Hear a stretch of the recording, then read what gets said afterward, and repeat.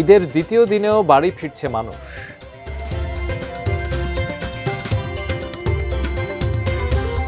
আড়তে আসতে শুরু করেছে কোরবানির পশুর চামড়া, দাম নিয়ে অসন্তোষ। এবং ঠাকুরগাঁও বিশ্ববিদ্যালয়ে নিয়োগে স্বজনপ্রীতির সুযোগ নেই বললেন মির্জা ফখরুল।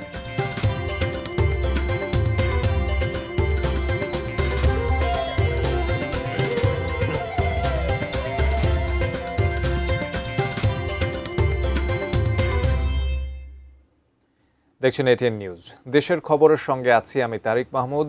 এতক্ষণ শুনছিলেন নাসির সিনটেক্স গ্রুপের সৌজন্যে প্রধান শিরোনামগুলি। এবারে পুরো খবর। পরিবার পরিজনের সঙ্গে আনন্দ ভাগাভাগি করে নিতে ঈদের দ্বিতীয় দিনেও বাড়ি ফিরছে মানুষ।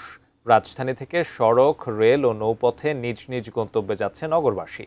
ছুটির সীমাবদ্ধতা ও যানজটের মতো কারণে যারা আগে যেতে পারেননি তারাই ঈদের দ্বিতীয় দিনকে বেছে নিয়েছেন প্রিয়জনের কাছে ফেরার দিন হিসেবে। শহরের যান্ত্রিক জীবন থেকে ছুটছেন গ্রামের শান্ত পরিবেশে। অনেকে কোরবানির মাংস নিয়েই ফিরছেন বাড়িতে। তবে রাজধানীর বাস টার্মিনাল, লঞ্চঘাট ও ট্রেন স্টেশনে আজ যাত্রীর চাপ নেই বললেই চলে। কোনো ধরনের বাড়তি ভাড়া গুনতে হচ্ছে না যাত্রীদের।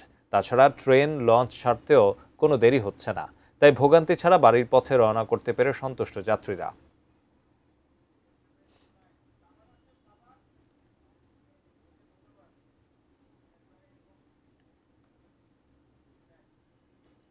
ঈদের দ্বিতীয় দিনেও নারীর টানে নদীপথে বাড়ি ফিরছে দেশের দক্ষিণ পশ্চিম অঞ্চলের মানুষ। এ বিষয়ে বিস্তারিত জানাতে দৌলতদিয়া লঞ্চঘাট থেকে সরাসরি যুক্ত হচ্ছেন প্রতিনিধি সুজন খন্দকার। সুজন, ঈদের দ্বিতীয় দিনেও আমরা দেখতে পাচ্ছি যে বাড়ি ফেরা মানুষের অনেক ভিড় লঞ্চঘাটগুলোতে, বাস টার্মিনালগুলোতে। আপনি যেখানে আছেন সেখানে কোনো ধরনের ভোগান্তির কথা আপনি শুনেছেন কিনা? ধন্যবাদ আপনাকে। আপনি যেমনটি বলছিলেন, আসলে আজকে ঈদের দ্বিতীয় দিন। আজও কিন্তু নারী টানে বাড়ি ফিরতে শুরু করেছে দেশের দক্ষিণ পশ্চিমাঞ্চলের সব থেকে গুরুত্বপূর্ণ যে নৌরুট, পাটুরিয়া দৌলতদিয়া। আপনি জানেন যে এই নৌরুটটি ব্যবহার করে প্রায় 21 জেলার মানুষ কিন্তু অত্যন্ত স্বাচ্ছন্দ্যে এবং নির্বিঘ্নেই কিন্তু বাড়ি ফিরছে। গত 2 দিন আগেও দেখেছি এবং আজকে ঈদের দ্বিতীয় দিনেও কিন্তু আমরা দেখেছি সকাল থেকে এখন পর্যন্ত নির্বিঘ্নেই বাড়ি ফিরছে।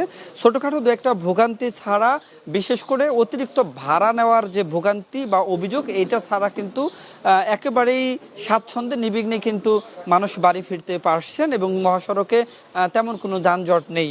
ওই পার থেকেও তারা যেরকমভাবে ভালোভাবে আসছেন এবং এই পারে আসার পরেও কিন্তু তারা অত্যন্ত সুন্দরভাবে কিন্তু এখানে গাড়ি পাচ্ছেন এবং তারা গন্তব্যে যেতে পারছেন। আমি এখন যে লঞ্চ ঘাটটিতে রয়েছি, আপনি জানেন যে এটি হচ্ছে একমাত্র লঞ্চ ঘাট দক্ষিণ পশ্চিমাঞ্চলের, যে লঞ্চ ঘাটটি ব্যবহার করে মানুষ কিন্তু নারীর টানে বাড়ি ফিরে। একটু কিন্তু বৃষ্টি হচ্ছে এবং বৃষ্টির সাথে কিন্তু ঝড়ো বাতাস ছিল, যে কারণে পদ্মা নদীর মধ্যে কিন্তু এখন প্রচণ্ড ঢেউ এবং লঞ্চ চলাচলে কিন্তু অনেকটাই ব্যাহত হচ্ছে, যার কারণে কিন্তু অনেকক্ষণ যাবত, অর্থাৎ এইখানে কিন্তু ঘাটে কিন্তু আমরা লঞ্চ ভিড়তে দেখিনি। এবং নদীর দৃশ্যটা যদি আমি আপনাকে ক্যামেরার মাধ্যমে এই মুহূর্তে দেখাচ্ছি যে নদীতে কি পরিমাণ ঢেউ সৃষ্টি হয়েছে, যেটা লঞ্চগুলোর জন্য কিন্তু সমস্যা। আপনাকে বলি যে এই নৌরুটে যে সমস্ত লঞ্চগুলো চলাচল করে, এই সমস্ত লঞ্চের ধারণ ক্ষমতা হচ্ছে 140 বা 150 জন মানুষ কিন্তু নেয়। অত্যন্ত ছোটো মাপের এই লঞ্চগুলো, অর্থাৎ নদীতে সামান্য একটু ঝড় বা ঝড়ো বাতাস বা ঢেউ সৃষ্টি হলেই কিন্তু এই নৌরুটে কিন্তু লঞ্চ চলাচল বন্ধ হয়ে যায়। কিন্তু আজকে এখন পর্যন্ত এই যে সাধারণভাবে যে ঝড়ো বাতাস এবং বৃষ্টি হচ্ছে, এই কারণে কিন্তু বন্ধ হয়নি, কিন্তু তারা এই নির্দেশনাটা একটু মানছেন যে তারা এখন পর্যন্ত চালাবেন কিনা। তবে সব মিলিয়ে যদি বলি যে এই যে ঈদের আজকে দ্বিতীয় দিন, এই দ্বিতীয় দিনেও কিন্তু মানুষ অত্যন্ত স্বাচ্ছন্দ্যে, আনন্দে এবং নির্বিঘ্নে কিন্তু নারীর টানে বাড়ি ফিরতে পারছে। যে এই ছিল আমার কাছে দৌলতদিয়ার এই লঞ্চঘাট থেকে এখনকার মতো সর্বশেষ। সুজন, আপনাকে ধন্যবাদ আমাদের সঙ্গে যুক্ত হবার জন্য। দর্শক, দৌলতদিয়া লঞ্চঘাট থেকে যুক্ত হয়েছিলেন আমাদের সহকর্মী সুজন খন্দকার। নাটোরের চামড়া আড়তে আসতে শুরু করেছে কোরবানির পশুর কাঁচা চামড়া। ঈদের দিন বিকেল থেকে জেলা শহর ও বিভিন্ন উপজেলা থেকে আড়তে চামড়া আসছে। তবে দাম নিয়ে মৌসুমি ব্যবসায়ী ও ফরিয়াদের মধ্যে রয়েছে অসন্তোষ। নাটোর শহরের চক বৈদ্যনাথ চামড়ার আড়ত থেকে বিস্তারিত জানাচ্ছেন প্রতিনিধি বোরহান উদ্দিন বনি। বোরহান, চামড়া তো আসতে শুরু করেছে, কাঁচা চামড়া, এই চামড়া সংরক্ষণের কি কি প্রক্রিয়া আপনার চোখে পড়েছে এখন পর্যন্ত?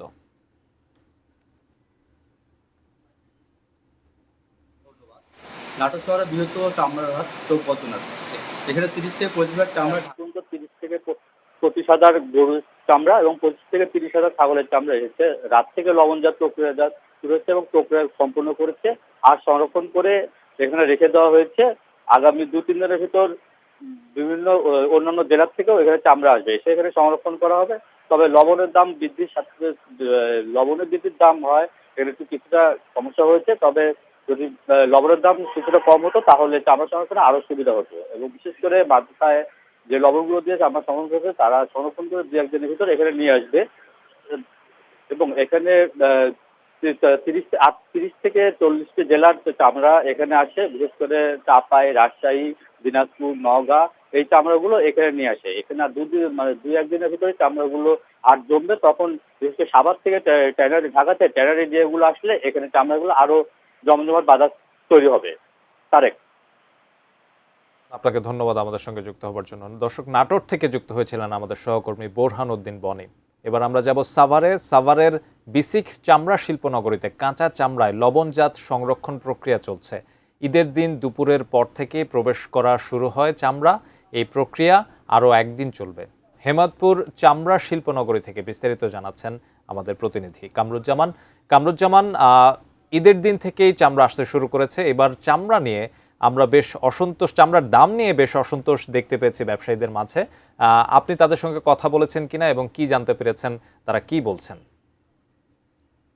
তারিক, আমি এই মুহূর্তে রয়েছি একদম হেমায়তপুরের যে চামড়া শিল্প নগরীতে। এখানে কিন্তু আমি আগেই বলেছিলাম যে এই যে ট্যানারিতে যে আহ, এই যে লবণজাত প্রক্রিয়া কিন্তু শুরু হয়ে গতকাল থেকেই শুরু হয়ে কিন্তু আজকে কিন্তু শেষের পথে। এখন আমি বিভিন্ন ট্যানারি কিন্তু ঘুরেছি, প্রত্যেকটা শিল্প কারখানার মধ্যে দেখেছি যে লবণের যে লাগানোর যে প্রক্রিয়া সেটি কিন্তু এই শেষের পথে একদম।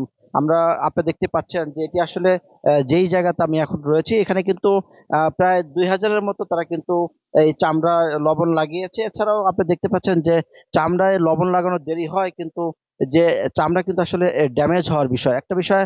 আমরা কথা বলেছি কারখানার যারা মালিক পক্ষের সাথে, তারা কথা বলেছি, তারা বলেছে যে আসলে লবণের দামটা কিন্তু বেশি হয়, বস্তা প্রতি প্রায় 150 টাকা বেশি। এটা কিন্তু আসলে অভিযোগ করেছে। তো এই যে লবণজাত প্রক্রিয়া করণ, এটি কিন্তু আপনি দেখতে পাচ্ছেন পুরো ট্যানারি ভরাই কিন্তু এখন শুধু কাঁচা চামড়ায় লবণজাত। এছাড়া আপনি দেখতে পাচ্ছেন এটি কিন্তু আসলে শেষ, এই কারখানার মধ্যে লবণজাত প্রক্রিয়ার যে শেষ কাজকর্ম করছে। এছাড়াও আমরা কথা বলেছি ট্যানারি মালিকদের সাথে, তারা বলছে যে প্রতি বছরের না এবার আসলে চামড়া যেগুলো দেরিতে আসে প্রায় 30% চামড়া কিন্তু নরম হয়েছে, যেটা আসলে ড্যামেজ চামড়া বলা হয়। এটা সরাসরি লবণ না লাগিয়ে তারা কারখানায় প্রক্রিয়াজাত করছেন। তো যেই বিষয়গুলো এছাড়াও কিন্তু আমরা দেখেছি যে এই চামড়া শিল্প বিষয় নিয়ে কিন্তু আমরা দেখেছি বাণিজ্য মন্ত্রী তিনিও কিন্তু নড়ে চড়ে বসেছেন। তো সবকিছু মিলে এই ছিল আমার কাছে সর্বশেষ সাভার চামড়া শিল্পনগরী থেকে। আমরা ফিরে যাচ্ছি ইস্যুতে তারিখের কাছে। তারিখ। কামরুজ্জামান, আপনাকে ধন্যবাদ আমাদের সঙ্গে যুক্ত হবার জন্য। দর্শক, সাভার থেকে যুক্ত হয়েছিলেন আমাদের সহকর্মী কামরুজ্জামান। আর দেশের খবরে এই পর্যায়ে নিচ্ছি ছোট্ট একটা বিরতি, সঙ্গেই থাকুন।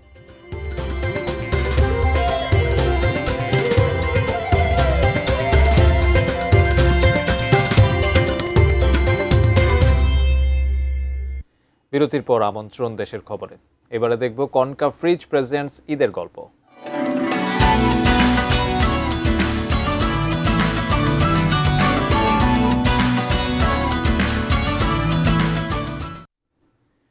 চট্টগ্রামের প্রাচীন লোকসঙ্গীত অলা একসময় গায়ে হলুদ, মেহেদি বরণ এবং কনে বিদায়ের সময় প্রচলন ছিল বিশেষ এই লোকগানের। চলুন অলার সুরে গানে গানে শুনি ঈদের গল্প।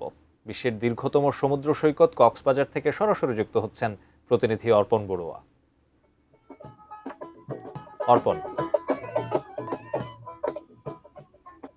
বলছিলেন এই মুহূর্তে সমুদ্র সৈকতের কলাতলিতে রয়েছে। মূলত এই হারিয়ে যাওয়া লোকসঙ্গীতকে ধরে রাখবার জন্য কক্সবাজারের তরুণরা প্রতিষ্ঠা করেছে অলা ব্যান্ড। এই মুহূর্তে আমরা তাদের মুখ থেকে শুনতে চাইবো ঈদের গল্প। আপনি যদি একটু বলতেন আগে কিভাবে ঈদ কাটাতে আর এখন কিভাবে ঈদ কাটছে। ধন্যবাদ। আমি আসলে ছোটবেলায় আমার ঈদ অনেক ভালো ছিল, কিন্তু এখন আরেকটু ভালো লাগছে। কারণ হচ্ছে কি, আমরা যারা অলার মেম্বাররা রয়েছি প্রত্যেকের বাসায় হচ্ছে ঈদের সময় হচ্ছে আমরা ঘুরে ঘুরে ঈদের আনন্দটা হচ্ছে। ধন্যবাদ। আমরা জানি যে ঈদ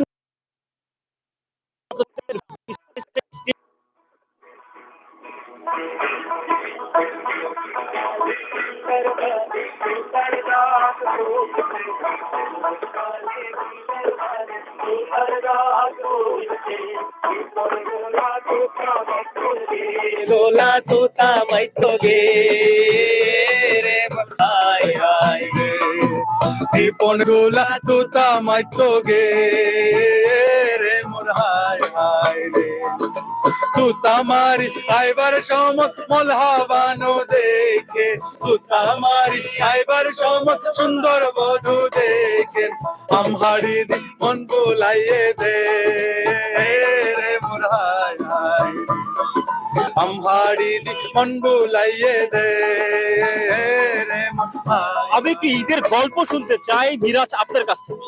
আমরা ভীষণ সুন্দর ঈদ কাটিয়েছি শৈশবে। আমরা যারা সমুদ্র পাড়ে ছিল, আমাদের নাটক ছিল, আমাদের সামাজিক মেলবন্ধন ছিল, সবকিছু আমরা একসঙ্গে কাটিয়েছি, অনেক গল্প হয়েছে, যার ফলশ্রুতিতে আমরা মনে করি আমরা পৃথিবীর সবচেয়ে সুন্দর শৈশবটা কাটিয়েছি একসময়। এখন আমরা কাটাচ্ছি, তারপরে আমরা যে পুরনো যে আমেজ, সে আমেজটা একসঙ্গে রাখার চেষ্টা করছি, মেলবন্ধনে রাখার চেষ্টা করছি। সেই জন্য আমাদের ব্যান্ড অলাজ আমরা সবসময় একত্রিত হওয়ার কথা বলি, মেলবন্ধনের কথা বলি। ঈদের গান শুনতে চাই, একেবারে গানে গানে ঈদের গল্প। বন্ধুরে আইসো মন চাইলে, ও বন্ধুরে আইসো মন চাইলে, খুশি ওই অমিদর দিনত বেড়াইতো আইলে, খুশি ওই অমিদর দিনত বেড়াইতো আইলে, ঈদর দিন নানো রাইকোরে বলো, ঈদর দিনত বেড়াইতো আইলে, খুশি ওই অমিদর দিনত বেড়াইতো আইলে।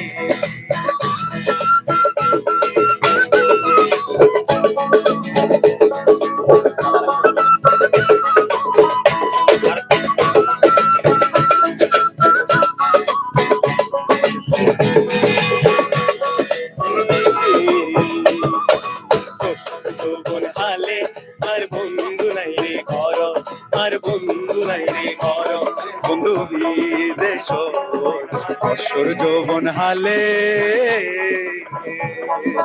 রসর যৌবন হালে, আর বন্ধু নাই রে ঘর, আর বন্ধু নাই রে ঘর, বন্ধু হালে।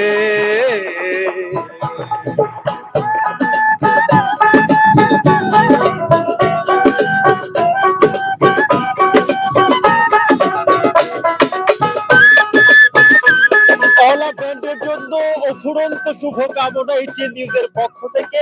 মূলত সুরের ভূষণায় একেবারেই ভরিয়ে দেওয়া হয়েছে কক্সবাজার সমুদ্র সৈকতের আকাশ বাতাস। আমরা অলা ব্যান্ডের জন্য শুভকামনা জানাচ্ছি। গানে গানে সুরে সুরে আমরা এতক্ষণ ধরে শুনছিলাম ঈদের বিশেষ গল্প। এটুকুই ছিল সৈকত থেকে সবশেষ। অর্পণ, আপনি এবং অলা ব্যান্ডের প্রত্যেক সদস্যকে ধন্যবাদ এত সুন্দর পরিবেশনের জন্য। দর্শক, আমরা এতক্ষণ কনকা ফ্রিজ প্রেজেন্টস শুনছিলাম ঈদের গল্প।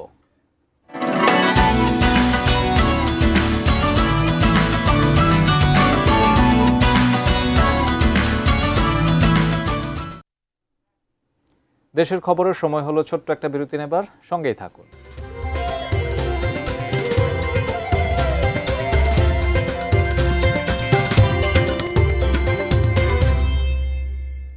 বিরতির পর আমন্ত্রণ দেশের খবরে, সাথে থাকার জন্য ধন্যবাদ।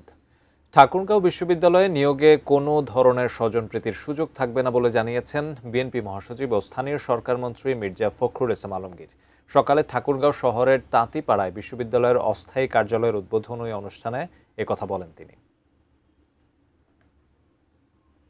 দেশে হচ্ছে সবচেয়ে ভালো শিক্ষকদেরকে নিতে হবে, ভালো কাজে লোক দিতে হবে। এখানে দাতব্য চিকিৎসালয় নয়, এটা হচ্ছে উচ্চশিক্ষার একটা জায়গা, যেখানে আমরা মনে করি যেখানে সবচেয়ে উচ্চশিক্ষা প্রদান করতে হলে সবচেয়ে যোগ্য শিক্ষকদের দিয়েই এটা করতে হবে। এই কথা শুনে অনেকে মন খারাপ করতে পারেন, বাস্তবতা হচ্ছে এটাকে শুধু চাকরির জায়গা নয়, এটা হবে বেস্ট যে মানুষ তার চাকরির জায়গা। বেনাপোল চেকপোস্ট ইমিগ্রেশন পুলিশের কাছে ৩৬ বাংলাদেশিকে হস্তান্তর করেছে ভারতের পেট্রোপল ইমিগ্রেশন। দুই দেশের সরকারের দেয়া বিশেষ ট্রাভেল পারমিটের মাধ্যমে দেশে ফিরেছেন এসব বাংলাদেশি। ভারতের চেন্নাইয়ের কেন্দ্রীয় কারাগারে ২ বছর কারাভোগের বৃহস্পতিবার সন্ধ্যায় তাদেরকে হস্তান্তর করা হয়। দেশে ফেরত আসা ৩৬ জনই পুরুষ। তাদের মধ্যে বগুড়া জেলার বিভিন্ন এলাকার 25 জন এবং অন্য 11 জন সাতক্ষীরা, চট্টগ্রাম, নাটোর ও নওগাঁ জেলার বাসিন্দা। বেনাপোল চেকপোস্ট ইমিগ্রেশন পুলিশের পরিদর্শক সৈয়দ মোর্তজা আলী জানান, আইনি প্রক্রিয়া সম্পন্ন করে এসব বাংলাদেশিকে বেনাপোল পোর্ট থানার কাছে হস্তান্তর করা হয়েছে। সেখান থেকে মানবাধিকার সংস্থা জাস্টিস অ্যান্ড কেয়ার তাদের গ্রহণ করে নিজ জিম্মায় ছেড়ে দেবেন। চাকরির জন্য এসব বাংলাদেশি দালালের মাধ্যমে ভারতের চেন্নাইয়ে যান বলে জানা গেছে। শেষ করব দেশের খবর, তবে তার আগে নাসির সিনটেক্স গ্রুপের সৌজন্যে প্রধান শিরোনামগুলো দেখে নেব আরও একবার। ঈদের দ্বিতীয় দিনেও বাড়ি ফিরছে মানুষ।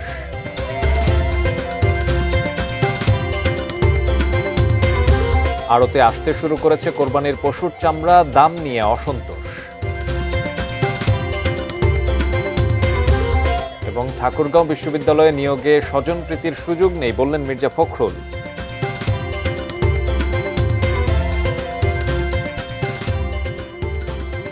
এই ছিল দেশের খবরের আয়োজন। এতক্ষণ সঙ্গে থাকার জন্য ধন্যবাদ সবাইকে।